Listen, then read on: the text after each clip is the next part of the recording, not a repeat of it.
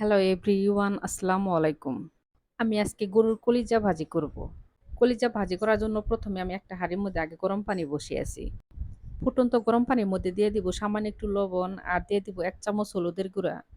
এখন আমি ধুয়ে পরিষ্কার করে রাখা গরুর কলিজা এই গরম পানির মধ্যে দিয়ে দিব। ভাজি করার জন্য এখানে আমি গরুর কলিজা আর গরুর ফেফড়া ২ টাই নিয়েছি। তো এরকম করে গরম পানিতে ভালো করে কয়েকটা আমি বলক উঠিয়ে নামিয়ে নিব।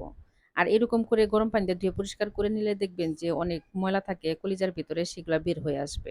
আর অনেকটা পরিষ্কারও হবে। কলিজা ভাজি করার জন্য এখন আমি প্যানের মধ্যে সয়াবিন তেল দিয়ে দিব। তেলের মধ্যে দিয়ে দিব তেজপাতা, দারুচিনি, সাদা এলাচ, লবঙ্গ, গোলমরিচ আর কালো এলাচের অর্ধেক। সব মসলা তেলের মধ্যে দিয়ে এখন আমি দিয়ে দিব পেঁয়াজ কুচি। পেঁয়াজ আমি তেলের মধ্যে ভেজে নিয়ে দিয়ে দিব আদা রসুন বাটা। আমি আদা রসুন একসাথে ব্লেন্ড করে নিয়েছি, তার জন্য আমি ৪ চামচের মতো দিয়েছি। তো আদা রসুন তেলের মধ্যে ভেজে নিয়ে এখন আমি দিয়ে দিব স্বাদ মতো লবণ। আর দিয়ে দিব ১ চামচ ধনিয়ার গুঁড়া।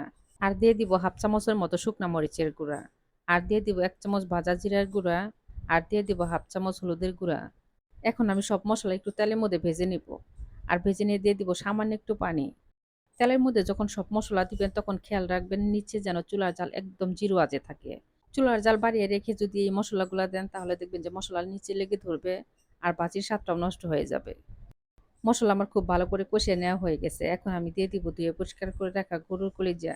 গরুর কলিজা উঠিয়ে আমি আবার ধুয়ে পরিষ্কার করে নিয়েছি। কলিজা আমি মসলার সাথে মিশিয়ে নিয়ে এখন আমি ঢাকনাটা ডেকে কষিয়ে নেব। আর চুলার জাল আমি জিরো আঁচে রাখবো। ১০ মিনিট পর আমি ঢাকনা উঠিয়ে নিয়েছি, দেখেন গরুর কলিজা কিন্তু কষানো হয়ে গেছে। আর নিচে থেকে পানি একদম শুকিয়ে গেছে। আমি মাঝে, মাঝে তাও ঢাকনা উঠিয়ে নেড়ে দিয়েছি যেন আবার নিচে লেগে না ধরে। এখন আমি আলুর সাথে মাংসের মসলার সাথে খুব ভালো করে মিশিয়ে নিয়ে আবারও ঢাকনাটা ঢেকে রাখবো ৫ মিনিটের জন্য। ৫ মিনিট পর আমি আবার ফিরে আসবো। আর মাঝে, মাঝে ঢাকনা উঠিয়ে আমি এই ৫ মিনিটের মধ্যে নেড়ে দিব। আমি গরুর কলিজার মধ্যে আলু দিয়েছি, তো আপনারা চাইলে কিন্তু আলু ছাড়াও ভাজি করতে পারেন। কারণ আলু দিলে আমার পরিবারের সবাই খুব পছন্দ করে। এখন আমি রান্নার মধ্যে দিয়ে দিব ৪-৫ টা মতো কাঁচামরিচ। গরুর কলিজা আমার কষানো হয়ে গেছে, দেখেন কষাতে, কষাতে কিন্তু একদম তেল ভেসে উঠছে। তো কষানো হয়ে গেছে, এখন আমি দিয়ে দিব ফুটন্ত গরম পানি। অবশ্যই কিন্তু গরম পানি দিতে হবে। গরুর কলিজার মধ্যে আমি গরম পানি দেওয়ার পরে এখন চুলার জাল বাড়িয়ে দিব। চুলার জাল বাড়িয়ে দিয়ে ঢাকনাটা ঢেকে রান্না করে নিব। ১০ মিনিট পর আমি ঢাকনা উঠিয়ে নিলাম, দেখেন মাংস থেকে একদম কিন্তু ঝোল শুকিয়ে গেছে।